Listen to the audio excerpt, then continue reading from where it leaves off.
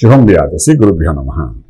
మీనరాశి వారికి జూన్ 1వ తారీఖు నుండి 15వ తారీఖు వరకు ఏ విధంగా ఉన్న విషయాన్ని ఇప్పుడు మనం విశేషంగా తెలుసుకోవడం ప్రయత్నం చేద్దాం. మీనరాశిలో రాహు యొక్క ప్రభావము, ద్వితీయంలో కుజుడు యొక్క ప్రభావము, తృతీయంలో శుక్రుడు, రవి, గురుడు ప్లస్ బుధుడు 4 గ్రహాల యొక్క ప్రభావము, అలాగే సప్తమంలో కేతు యొక్క ప్రభావం, శని వ్యయంలో ఖర్చు పెట్టే సాగంలో ఉన్నాడు. ఇటువంటి పరిస్థితుల్లో ఆర్థిక వ్యవహారానికి వచ్చినప్పుడు శనీశ్వరుడు యొక్క ప్రభావంతో ఖర్చు పెడతాము, ఉద్యోగరీత్యా కొత్త ఉద్యోగ ప్రయత్నాల కోసం ఖర్చు పెడతాము, కానీ ఫలితం అయితే ఉండదు.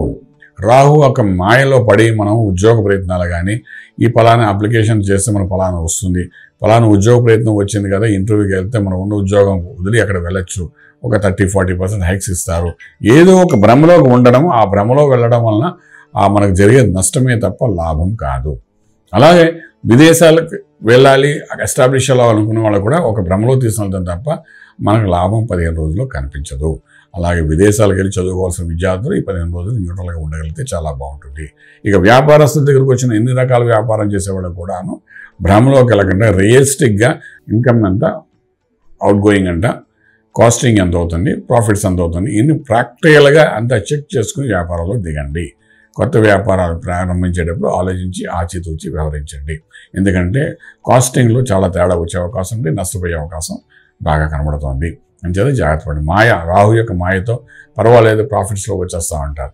అలాగే రియల్ ఎస్టేట్లో ఉండేవాళ్ళు, కన్స్ట్రక్షన్లో ఉండేవాళ్ళు మీకు ఒక మాయ కథ చెప్పి ఈ ప్లాట్ అకౌంట్ అమ్మితే 2-3 నెలల్లో పెరిగిపోతుందని చెప్పి మిమ్మల్ని ఇన్వెస్ట్మెంట్లో పెట్టడానికి ప్రయత్నం చేస్తూ మిమ్మల్ని నష్టపోయే చేసేట్టుగా అవకాశాలు ఉన్నాయి, నష్టపోయే అవకాశం.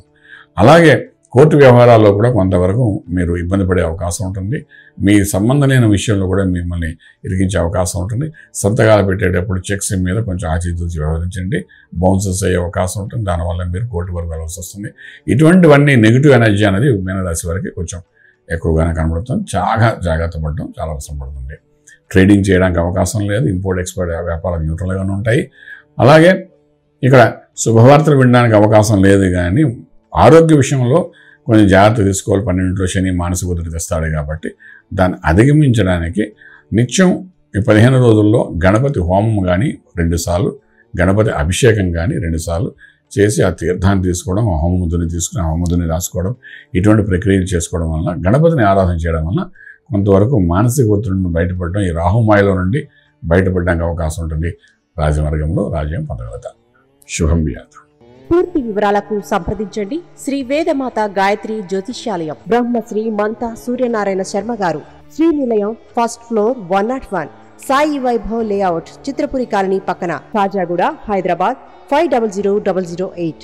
సంప్రదించవలసిన ఫోన్ నంబర్ 8855559147, 8855559148, 9849996644.